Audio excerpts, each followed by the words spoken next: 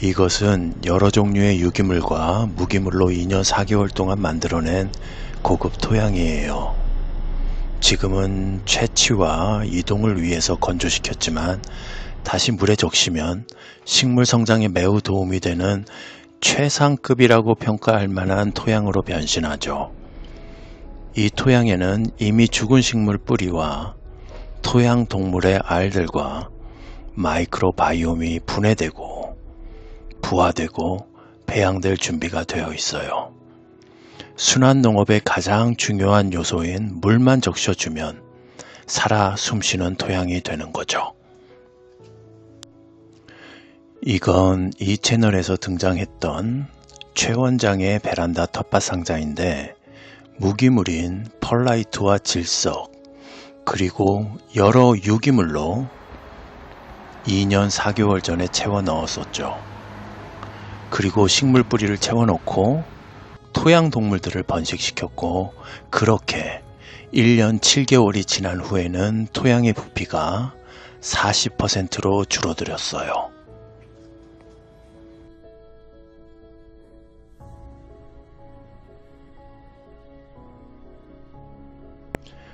이렇게 가득 차 있던 토양이 60% 정도로 줄어들어 버렸죠.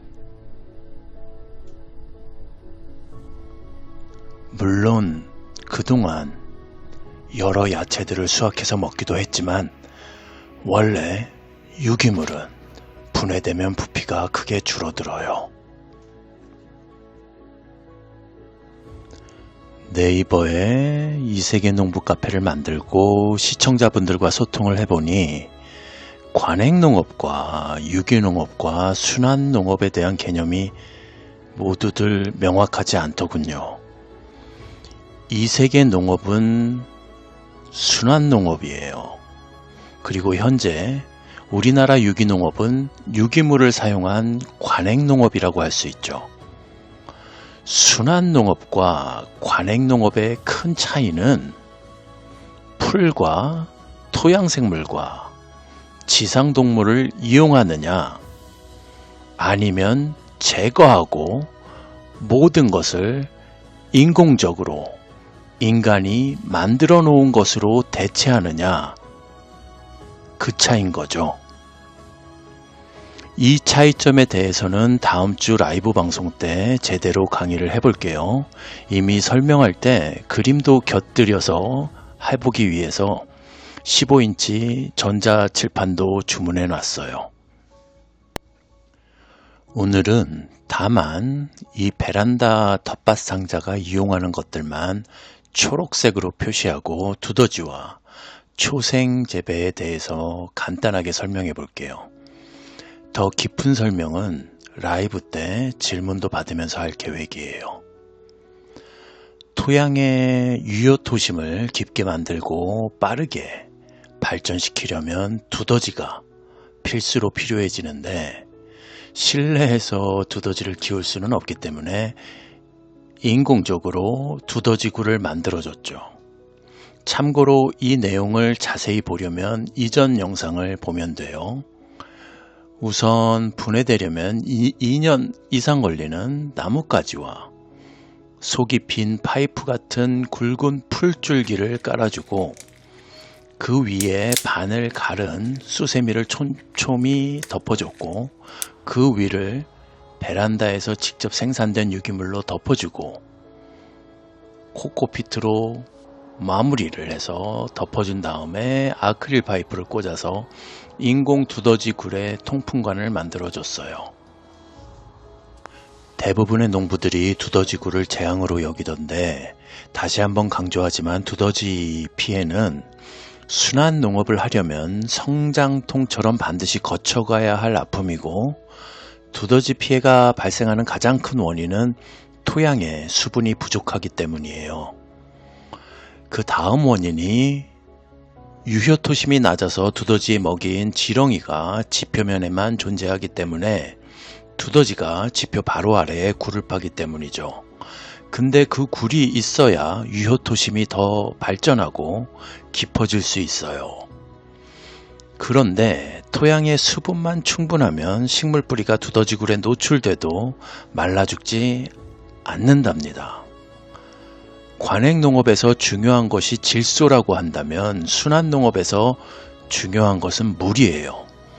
물이 있어야 토양 동물이든 식물이든 토양 미생물이든 번식하고 활동을 할 수가 있어요. 가정에서 컵에 물만 담고 대파나 양파나 고구마를 키워본 경험이 있는 분들은 아시겠지만 사실 식물은 질소 등의 필요 없이 물만 있어도 탄소나 질소 등을 합성해내면서 어느 정도 성장할 수가 있어요. 기본적으로 토양이 많은 물을 머금을 수 있어야 토양 생태계가 풍성해지고 그러면 유기물을 빠르게 분해하고 변형시키면서 토양 속에 질소든 탄소든 알맞게 균형 잡혀서 존재하게 되는 거예요. 그렇게 수분이 풍부하고 유효토심이 깊어진 토양에서 두더지는 해로운 존재가 아니라 고마운 존재가 되죠. 이 베란다 텃밭에 저런 두더지굴을 만든 또 다른 이유는 초생재배 목적에 맞게 식물 뿌리를 최대한 넓게 퍼뜨려서 모든 공간을 이용하게 하기 위함도 있었지만 사실은 토양 동물들이 지상으로 진출하지 못하게 막기 위함이었죠. 토양 동물의 먹이가 될 유기물들을 인공 두더지굴에 채워놓고 지상에는 토양 동물들이 잘 먹지 않는 코코허스크 같은 유기물로만 채웠어요. 결국 지렁이나 공벌레나 쥐며느리나 민달팽이나 톡톡이는 지상에 등장하지 않고 인공 두더지 굴에서만 유기물을 분해하고 토양 마이크로바이옴을 관리하며 살아가게 되는 거죠. 공벌레나 민달팽이는 먹이가 많으면 폭발적으로 번식해서 먹이를 먹어치우고 먹이가 떨어지면 지상의 농작물을 먹기 시작하는데 유기물로 계속해서 멀칭을 해줄 수 없는 상황이라면 꽤 귀찮게 느낄 수가 있어요. 그래서 이런 방식으로 토양 동물들이 지상으로 진출하는 원인을 차단하는 거죠.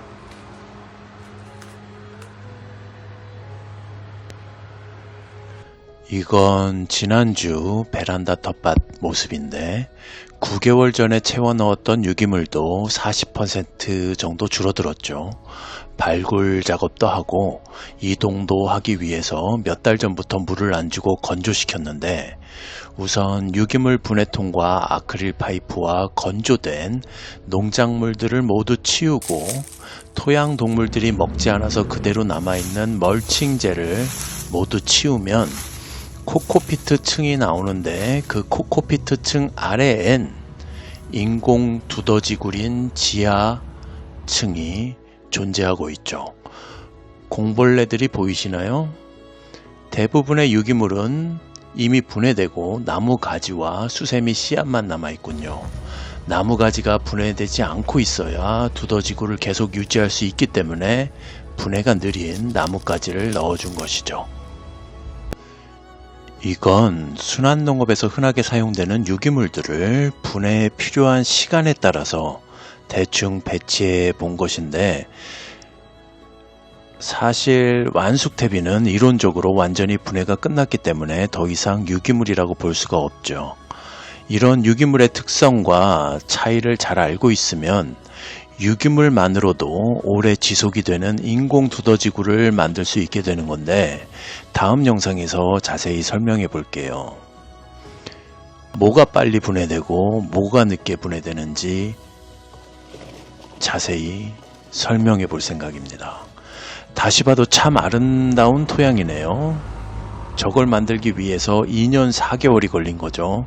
마대 자루로 3개가 나왔으니 여러 화분에 나눠서 사용할 것 같은데 좋은 토양 생태계 씨앗 역할을 할 테니까요. 다음 시간엔 탄질 비율에 대해서도 함께 설명할 생각인데 상식적으로 알려진 탄소와 질소 비율과 그 작용에 대해서는 오해가 참 많고 괴상한 미신도 많기 때문에 자세히 말해보려고 해요. 같은 나뭇잎이고 같은 풀이고 같은 나무 가지고 같은 과일인데 왜 수분이 빠졌을 뿐인데 질소가 줄어들어서 분해가 느려진다고 할까요? 2년 4개월 동안 돼지 등뼈는 꽤 분해가 됐는데 소나무 껍질은 왜 분해가 거의 안 됐을까요? 그리고 쌀겨는 질소가 많은 편인데 왜 2년 4개월 동안 분해가 안 된 걸까요?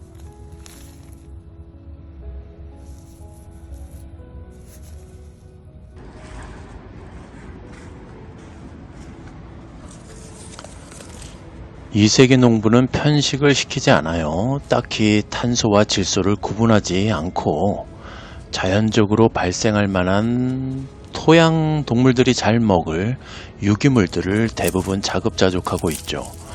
코코피트만 제외하고 말이죠. 아마 다음 방송에서 코코피트 실험 결과도 말할 수 있을 것 같네요. 7가지의 서로 다르게 관리된 코코피트와 커피 가루와 작년에 구입한 지렁이 분변토와 굼벵이 분변토의 매형과 함께 여러 씨앗들을 파종해 봤어요. 매형과 직접 식재료를 채집해서 요리를 해먹기도 한 영상도 있는데 만약 기회가 된다면 공개해 볼게요.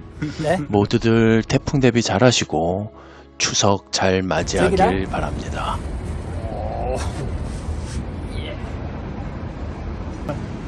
How do you know it's ready?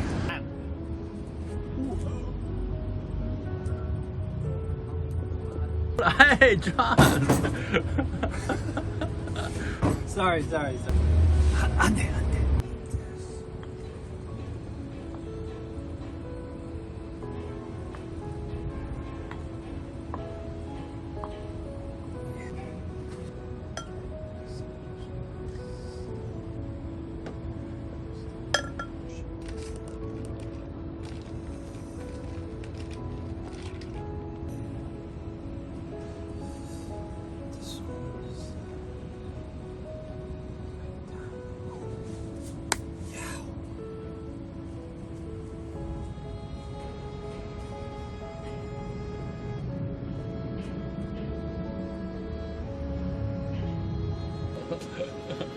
I'm sorry. 괜찮아요. I'm just saving. 보리씨 10개. 보리씨 10개. 어떻게? 여기? 예. 괜찮아요? 여기? 여기저기. 아니? 저기. 여기도 잘못 써있네. Earthworm. Worms. Earthworm. Earthworms. 지렁이. 에이, 잘못 써있네. 지렁이. 갑시다.